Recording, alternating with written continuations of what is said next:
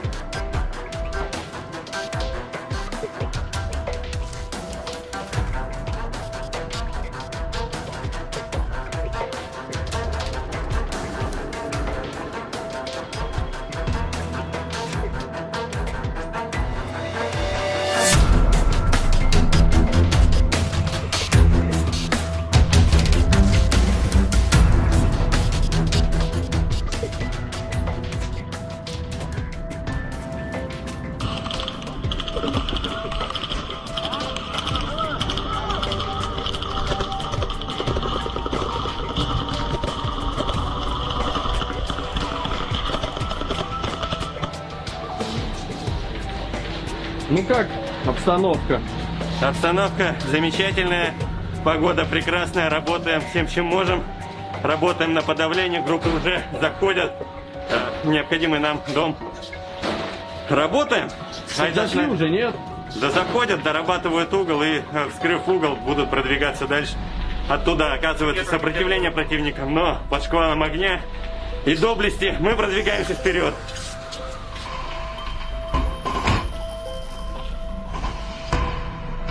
Выявляем цели, отрабатываем с РПГ. Пошли. Давай.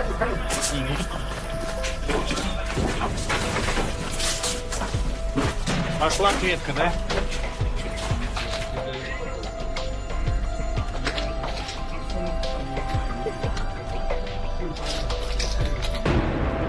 Относительно опять. Работают наши врачи.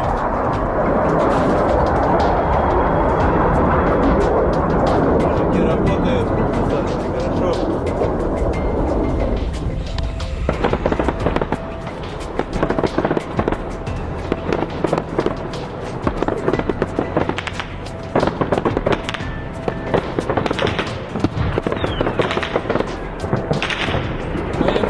Работала в направлении по позициям, находящимся за дамбой, которые вот, буквально вчера их только взяли. Противник еще находится тоже в ближайших домах.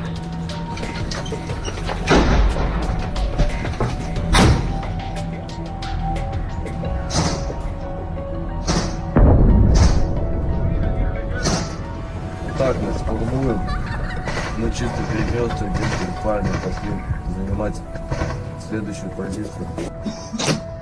Сказать, что надо делать вот так, вот так. То есть, как я, допустим, с них требую тогда, когда я сам это делаю. Если я могу это сам сделать, я с них это требую.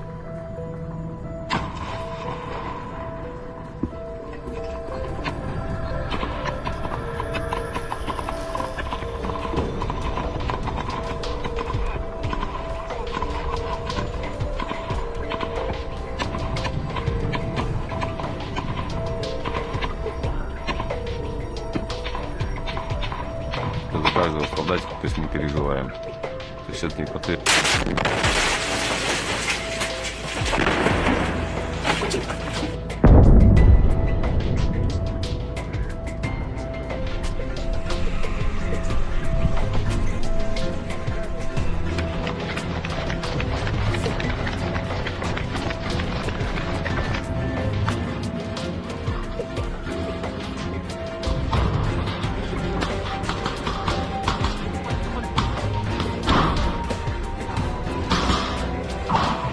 У нас походу гости.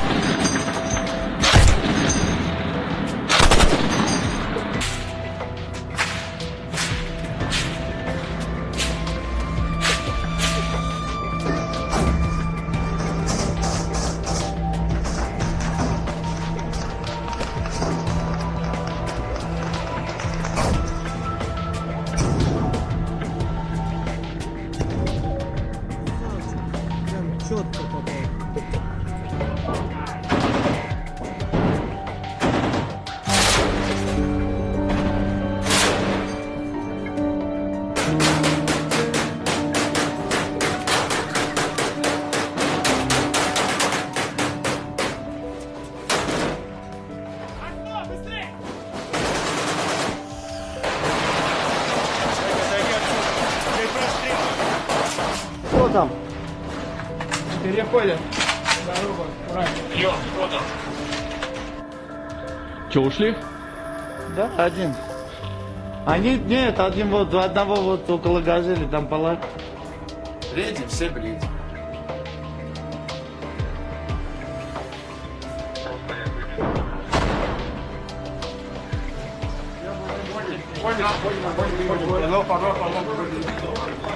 Rare footage reveals harsh reality of Russian combat operations in battle for Bakhmut.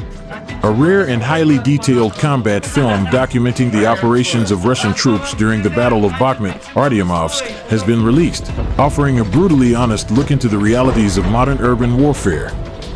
The footage sheds light on the immense challenges faced by infantry, artillery units, and assault groups in the complex and bloody fight for control of one of the most contested cities in the conflict. Unlike promotional or sanitized portrayals, the film captures the raw essence of war, its brutality, unpredictability, and human cost. Each advance through the ruins of the city is not just a statistic on a military briefing, but a testament to the systematic, relentless efforts of soldiers fighting block by block, building by building. The camera follows Russian assault teams as they engage in the methodical clearing of fortified urban structures. Scenes show small squads breaching enemy-held buildings, using close-quarters tactics under the constant threat of sniper fire, booby traps, and ambushes. The storming of entrenched positions involves coordination between infantry, armored vehicles, and artillery support, with every step measured and deliberate. Particularly striking is the documentary's unflinching honesty. It does not attempt to glorify the battle. Instead, it highlights operational difficulties, from lost momentum in certain sectors to tactical errors that required rapid adaptation. Delays caused by enemy resistance, miscommunication under fire, and the harsh environmental conditions are all shown without censorship. These moments of vulnerability are essential to understanding the cost of progress.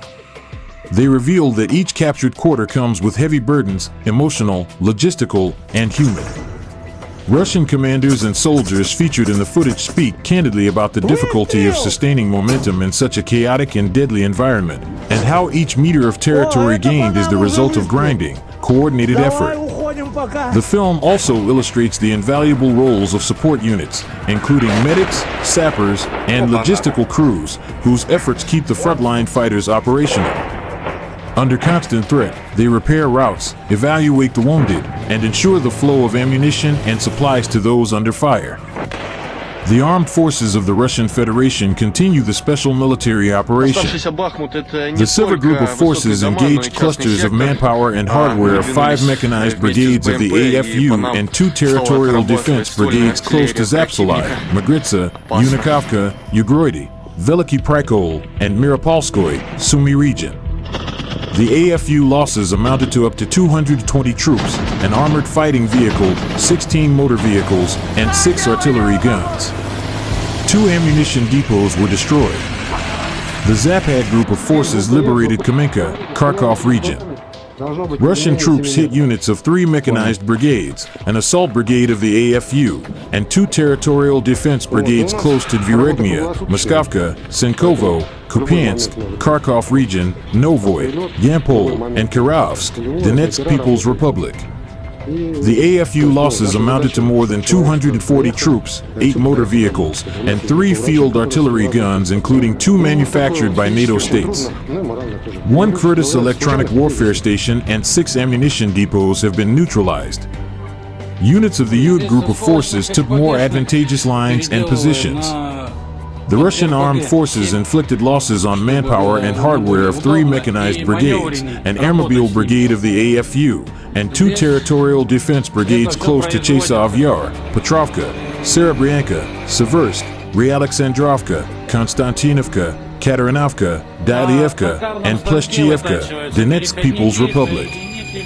The AFU losses amounted to up to 230 troops, 2 armored fighting vehicles including a US-made M113 armored personnel carriers, 2 pickup trucks, and a field artillery gun. 2 ammunition depots were destroyed. Units of the Central Group of Forces improved the tactical situation. Russian elements damaged units of 2 heavy mechanized brigades, 3 mechanized brigades, a Jaeger brigade, an assault regiment of the armed forces of Ukraine, and 2 National Guard brigades close to Myrylyabovka, Lysovka, Novaya Poltavka, Ulyanovka, Tarasovka, Bogdanovka, Uspanovka, and Udaknoy, Donetsk People's Republic. The enemy lost more than 375 troops, 2 armored fighting vehicles, 2 motor vehicles, and an Israeli-made radar. Units of the Vostok group of forces continued advancing into the depth of enemy defense. The Russian troops inflicted losses on manpower and hardware of 2 Jaeger brigades of the armed forces of Ukraine and 2 territorial defense brigades near Guliapol, Chervonoy, Zaporizhzhia region, and Novopol, Donetsk People's Republic.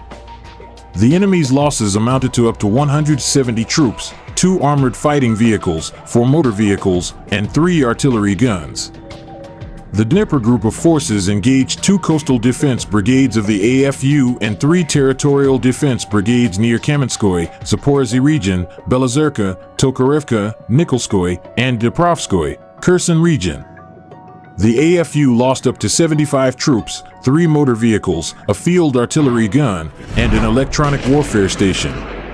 Operational tactical aviation, attack unmanned aerial vehicles, and missile troops and artillery of the Russian groups of forces have hit ammunition depots of the AFU as well as temporary deployment areas of the Ukrainian armed forces in 154 areas. Russian air defense systems have downed 3 U.S.-made JDAM-guided bombs and 234 fixed-wing unmanned aerial vehicles.